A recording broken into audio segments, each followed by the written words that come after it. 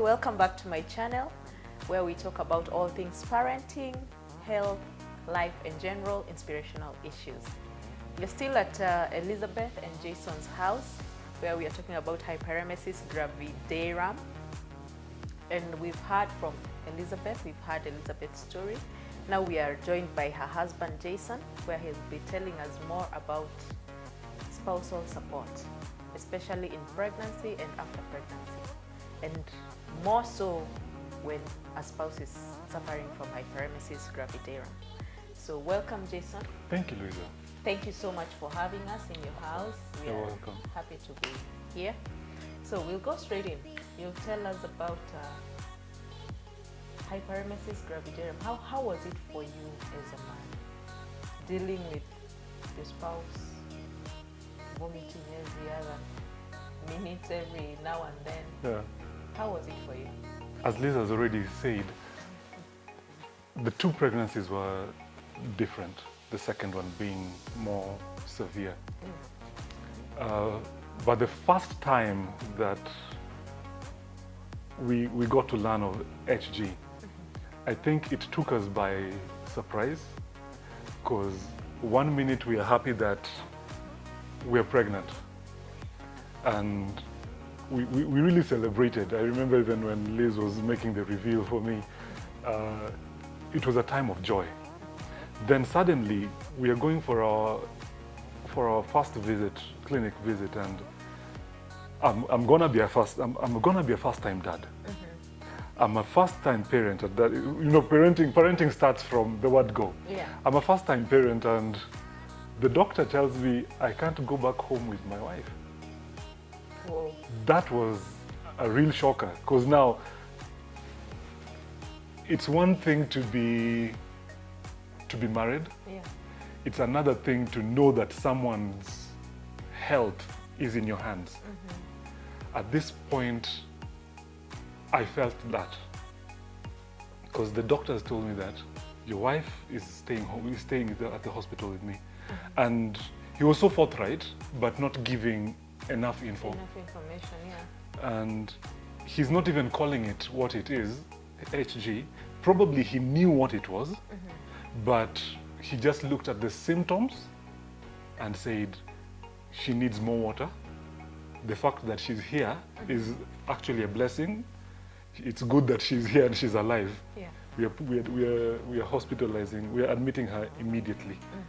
Now, that comes as a shocker for me, because first of all, at that time we were in transition. We didn't have jobs, and at that time we were also serving at a local church, and prayers at that time, they do help, but it gets to a point where you don't want people to pray. You want them to be there with you physically. Yeah. To give you the money that you need. Yeah, you need the money. You need the money, because for her to be admitted, I had to give a deposit. Yeah. Now I have to call my parents, on both sides, Yes. to support at that point, Yeah. because my wife needs to be admitted. Why? She's pregnant. Why is she being Why is she being admitted admitted when for she's being pregnant? pregnant? That does not make sense. Well, some money comes in for the admission to go through. We had thought that this was a normal pregnancy. Yeah. She had started feeling nauseated. Her body had rejected some foods, and we were like, it's normal. But as the weeks progressed, it got a bit serious, and going to hospital that day confirmed it for us. Yeah. Now, my world almost came to a standstill, but it was a beautiful thing that we were still at this local church, and our friends there came through for us. They came to visit, and luckily she was there for just 2 days, and this is how you need to know that she was really dehydrated. She went through 4 IV bottles. Wow. In one night. We come back home, and I've never been a parent. I've never been around someone who's pregnant. I have a sister who got pregnant before, but I was not with her. Yes. You've not been that close. I've not been that close to anyone who's pregnant, a lady who's pregnant. Yeah. Now here is my wife, and she is pregnant. And I have to take care of everything that comes with pregnancy and everything that I didn't know was gonna come with Hyperemesis gravidarum. I think my parents raised me up in such a way that I was ready for anything that would come my way. So I put aside a lot of things to just take care of my wife.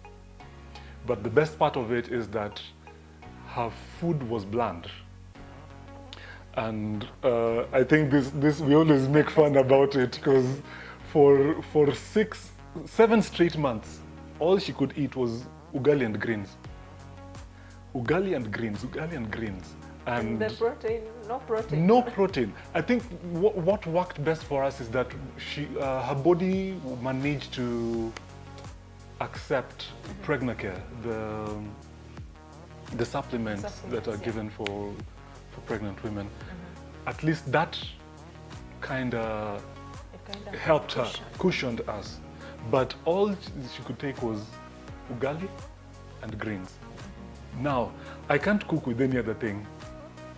I can't cook any other food. I have to eat the same with her. When you're told the pregnancy is for both of you, it is really for both of you. Yeah. You know, so yeah, you're both pregnant. At that point, I had to eat that ugali and the vegetables. So now I told myself the only thing I can do now is try and mix up the vegetables. So I would do spinach and kales here, go traditional, come back spinach and kales. But I got so bored with it at some point, and one day I asked her to just go for a walk, or did we sent you to a friend of ours? You sent me away to your mom. Ah yes, she went to my mom's. Went to my mom-in-law's. That week. You ate cooked all the meat. All I wanted to eat. I cooked the chapos. A whole bag of chapos. I didn't want to know. I cooked all the chapos. I cooked the meat and ate it silly. Because it would take you for the next round. Because once she's back, there's not gonna be. I did the garlic, I did the spices, you name it. It was all in there. Because for her, the ugali had to be plain. The vegetables, the only thing that was allowed in it was maybe a tablespoon of oil and some salt. No onion, no tomatoes. No. Wow. That was it. That was so bland.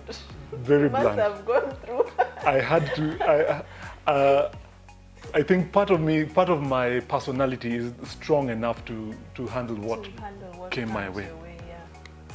Yeah. But the first pregnancy was, in as much as it was a shocker for us that this is what we are going through, we managed to get through the year well.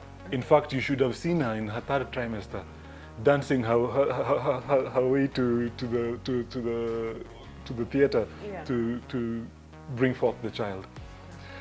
But with the 2nd pregnancy, it was tough. It was worse. The 2nd pregnancy was worse.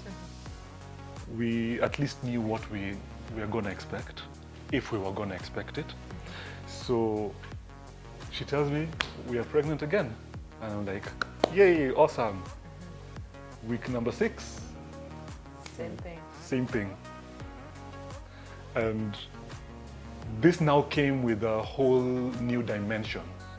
As a man, how was it like for you? Changing from, you know the African culture, how it is. At least you've said that your parents have raised you well. But the African culture, the way it is that man is supposed to come in, sit down, get catered to by the wife. Now here you are, your wife is very sick, you have a son, that needs to be taken care of. Your wife cannot get out of bed. How was it like for you as a man? Now taking on the role of both the man And the the mother. woman. Yes, yes. Wifing yourself. Wifing yourself. I was a wife to myself. It was tough. Yeah. I can smile about it right now, but it was tough. It was tough to the point of there was a time we had to send our son away for 3 weeks because I couldn't handle taking care of my wife, taking care of myself, taking care of our son, and still run the entire household.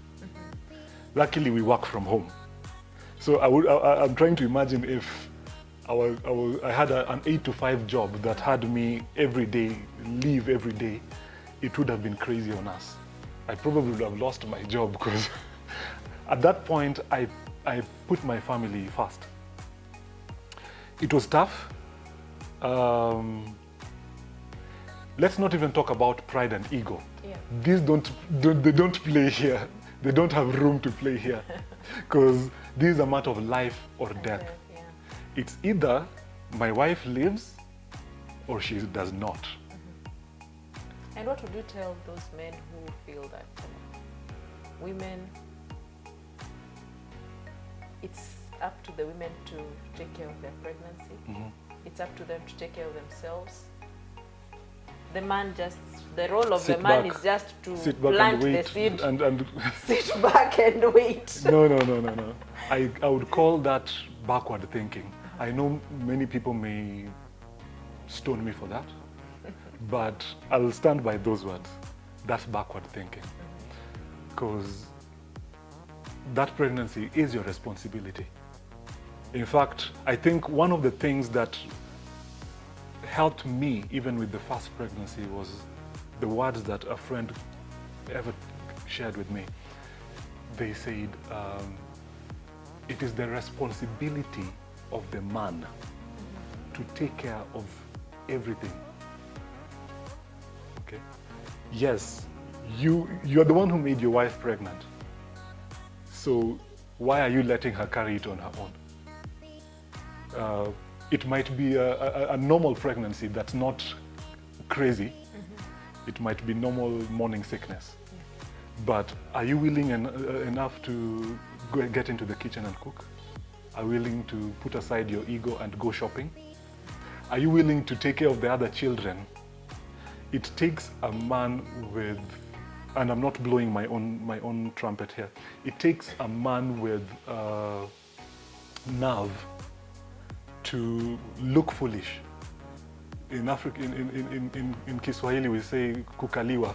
It takes a man with nerve to look like amekaliwa. Amekaliwa. Okay. Ule amekaliwa ule, hata ni yeye anafanyanga kila kitu. Yes. Yake afanyi chochote. It takes nerve for you to take up the womanly roles. But who said they're womanly roles?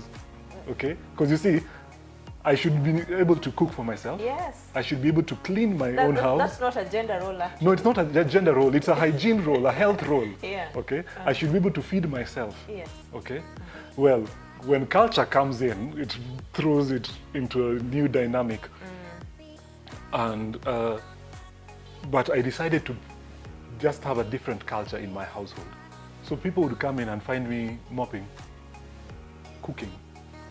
To this day, I'm still the one who still goes shopping, even with this COVID-19 season. I love serving my family.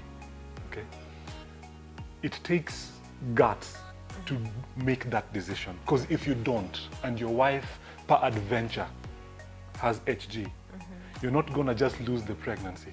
You stand a chance of losing your wife. One other thing people would say is, Jason, smile, or you're gonna die young. Have you ever wanted to squeeze someone's neck and just tell them, you don't know what I'm going through? You have not the slightest idea. Say what you want to say. I'll smile at you as you say those words. But I know when I get back into this house, I'm in a war zone. I'm in a war zone. I have to look, I have to play the part. Because now you see, if my wife sees me broken, where is she gonna be at? Yeah, she's going Because to she's get already at a worse. bad place. She's already at She a bad feels that this is a burden.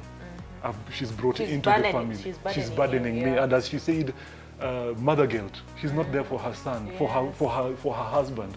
She can't do all of this. Yeah. And what would you tell to men who feel that we've talked about this before, but I'd like you to just bring it out more clearly about men who feel that cooking, cleaning is the work of the woman. But really, we both know that cooking and cleaning, those are just basic life skills, really. It's not a gender role. So what would you tell such men who feel that this is the role of the woman, this is the role of the man? If you totally feel you can't do it, seek help. Seek help. If you don't know how to cook, get a chef. If you don't know how to clean, because, well, we are all raised up in different homes, and some cultures, men are not taught any housework, okay? And I can't blame them for where they've come from, okay? But it is up to you to ensure that your wife is in a clean environment, because you also don't want now to add in opportunistic diseases because she's in a dirty environment, or because she can't shower or bathe herself, okay? Take it up. One day you will really appreciate that you stood up for your wife, and you will be able to proudly say, I was there for my wife. Well, you may not get the accolades, but guess what? Your wife will be there to cheer you on. Your children will have learned a value that no one else can teach. Okay? And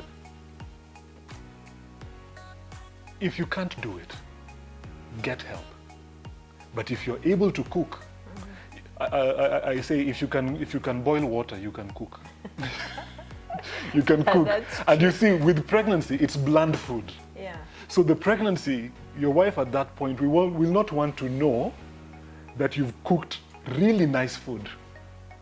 Unless she doesn't care at that point. Yeah. All her body needs is food. Yeah. So the thing is, ask her, what does your body need right now? Go look for it. Well, we're in an age where you use apps and things come to your residence, to your door. Do that if you don't want to be seen going shopping. You have ways around this, but be there for your spouse. So you've heard it from the man. You've heard it from the man's perspective. When your wife is pregnant, she needs all the support that she can get. Don't just plant the seed and just stay aside. She needs all the support that she can get from you. So all the men out there, we urge you, please support your wives. They need you. They need your support. And for the men, it's good that you've come out and actually talked about the vulnerability. You actually break down. Yes. And it's real. Let's not have this thing of saying that men should man up. They're also human beings. They are. And they go through these things. So it's good that you've talked about it. And hopefully a man out there will also feel that they're not alone. Yes. And they don't need to really feel that they have to put up a show and really show the world that they're this They're strong. macho. They're macho, exactly.